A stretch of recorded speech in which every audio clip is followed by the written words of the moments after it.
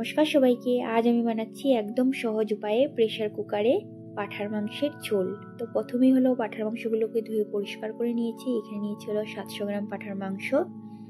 এবার আমি এখানে দিয়েছি 2 চামচ আদা রসুন বাটা, 6 চামচ টমেটো পেস্ট, 2 চামচ কাঁচা লঙ্কা বাটা। এখানে লাল ছিল কাঁচা লঙ্কাগুলো, ওগুলোই পেস্ট করেছি আমি।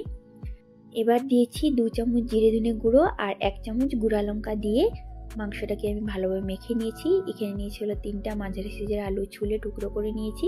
এখানে নিয়েছি আবার 3টা মাঝারি সাইজের পেঁয়াজ ছুলে পরিষ্কার করে রেখে দিয়েছি। এবার পেঁয়াজগুলোকে কুচি করে নিয়েছি। কুকারের মধ্যে যেহেতু মাংসটা করব, ওই জন্য কুকারের মধ্যে আমি তেল গরম বসিয়ে দিয়েছি। এখানে নিয়েছি হলো 1/2 কাপ সর্ষের তেল, দিয়েছি হলো 2টো তেজপাতা ফোড়ন, এবার দিয়েছি হলো গোটা গরম মশলা, গোলমরিচ আর হলো শাহি জিরা ফোড়ন দিয়ে দিয়েছি।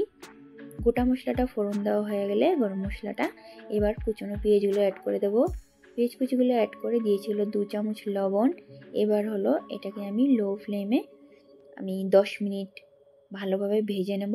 বেশি ভাজবো না, নরম করবো আর কি পেঁয়াজটাকে ভালোভাবে ভেজে।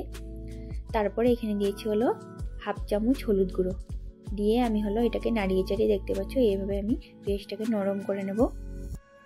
এটা হলো অল্প সময় লাগবে আর কি।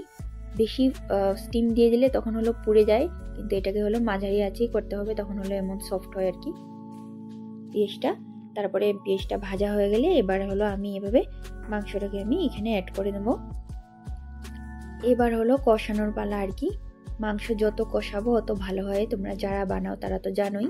এবার হলো এটাকে আমি 15-20 মিনিট আমি হলো এখানে মিডিয়াম ফ্লেমে ভালোভাবে মাংসটাকে এভাবে নাড়িয়ে চাড়িয়ে কষিয়ে নেব, যতক্ষণ না আর কি মাংসের থেকে পুরোপুরি আর কি তেল ছেড়ে যায়।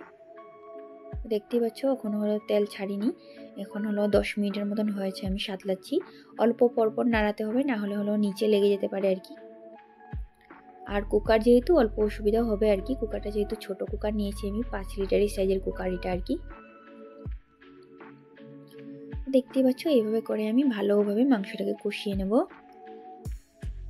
পুরো মাংসটা ভাজা ভাজা হয়ে গেছে, এখন হলো সাতলানো পুরো হয়েই গেছে। দেখতেই পাচ্ছ নিচে পুরো জলটা টেনে নিয়েছে আর মশলার থেকে হলো পুরো তেল ছেড়ে দিয়েছে। এবার হলো আমি 2 গ্লাস সাইজের যে গামলাটাতে মেরিনেট করে রেখেছিলাম মাংসটা, ওটা ধুয়ে হলো অ্যাড করে দিয়েছি। এবার হলো আলুগুলো অ্যাড করে দিয়েছি। আলুগুলো অ্যাড করে ভালোভাবে মিশিয়ে ঝোলের সাথে আমি হলো এখানে প্রথমে দেবো হলো 1 সিটি, তারপরে হলো মিডিয়াম ফ্লেমে দেবো হলো 6 সিটি, তারপরে হলো দেখতে পাচ্ছ মাংসটাকে নামিয়ে নেব গামলার মধ্যে।